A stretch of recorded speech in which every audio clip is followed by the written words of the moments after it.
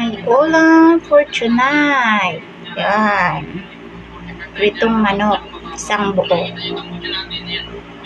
Hello everyone! So guys, for today's video, yan, kakain naman tayo ulit ng dinner. Yun.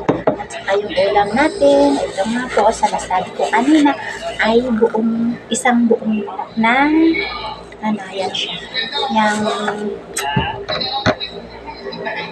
prito. And then, alam niyo ba guys na gusto ko sana mag-diet. Kaso, hindi naman ako makapag-diet dahil nga favorite naman na ulam binibili ng kasama ko. Kaya, hindi talaga ako mag-diet guys. Bahala na lang talaga si Batman. Hindi, kung magkataon, welcome high blood and puppy. Ayan. So guys, thank you Lord for the blessings. Ito, kain na tayo.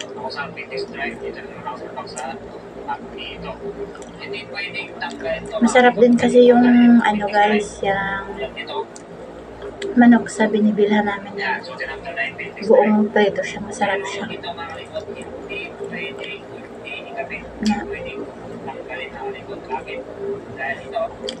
Kasi oras magluto.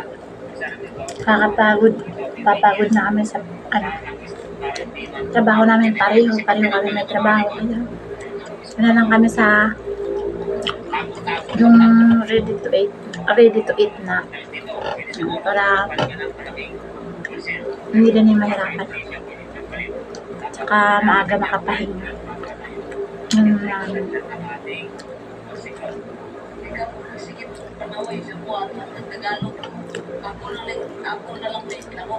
Baka magtaka kayo guys ko lang talaga yung mas pag mga ganito kasing ulam yung walang sabaw, gusto ko nakakamain para parang kumpleto yung busog ko. Pero pag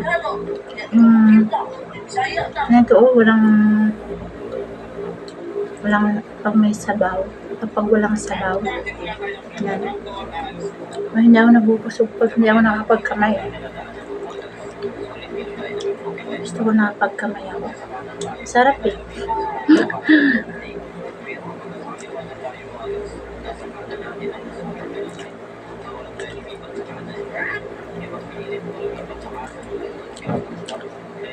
Mas masarap yung dito banda, yung may mga buto-buto.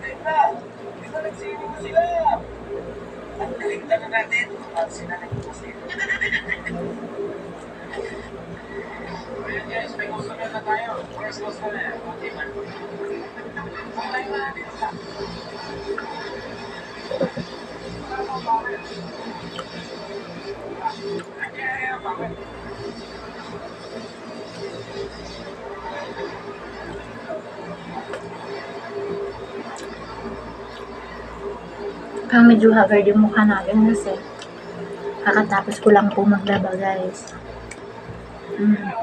Naglaba muna ako bago ako kakain para katapos kumain pahinga na lang. Tamang tambay lang sa YouTube. Diba?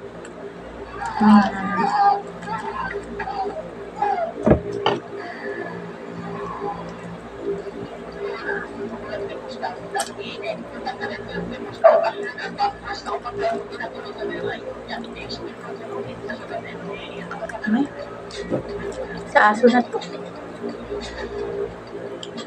Alaga rin kasi kami aso. Hindi yung kumakain guys pag ano, hindi chicken yung ulam.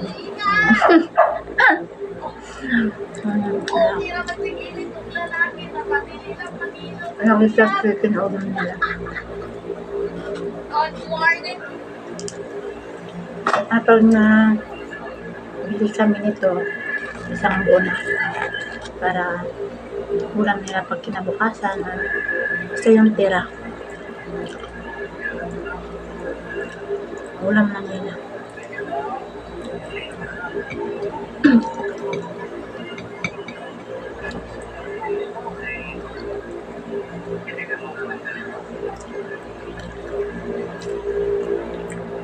Tapos na tayo. Bye guys, thank you for watching.